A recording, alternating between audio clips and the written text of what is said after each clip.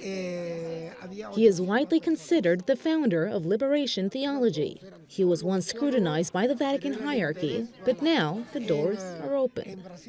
His name is Father Gustavo Gutierrez, an 86-year-old Peruvian theologian who led the controversial movement that ran across parts of Latin America in the 60s and 70s. Was I called to speak before the Vatican's Congregation for the Doctrine of the Faith back then? Yes, I was.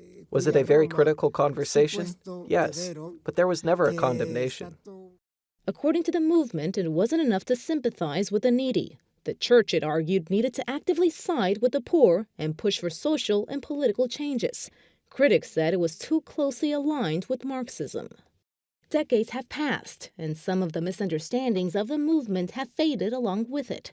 Just months ago, Cardinal Gerhard Müller, who heads the Congregation for the Doctrine of the Faith and who was appointed by Benedict XVI, presented a book along with Father Gutierrez.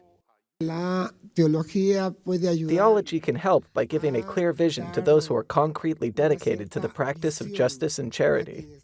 The Vatican press conference was a way to shed light on the General Assembly of Caritas Internationalis, which is the main charity arm of the church.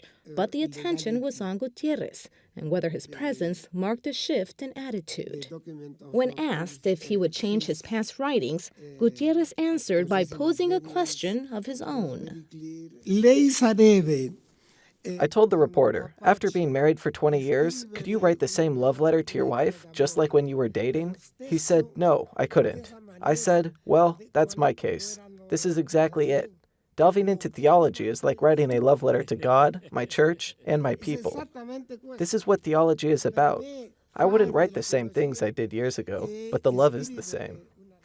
He adds that when Pope Francis talks about helping the poor, it's not seen as a new theology, but simply as a way to live out the gospel. Quanto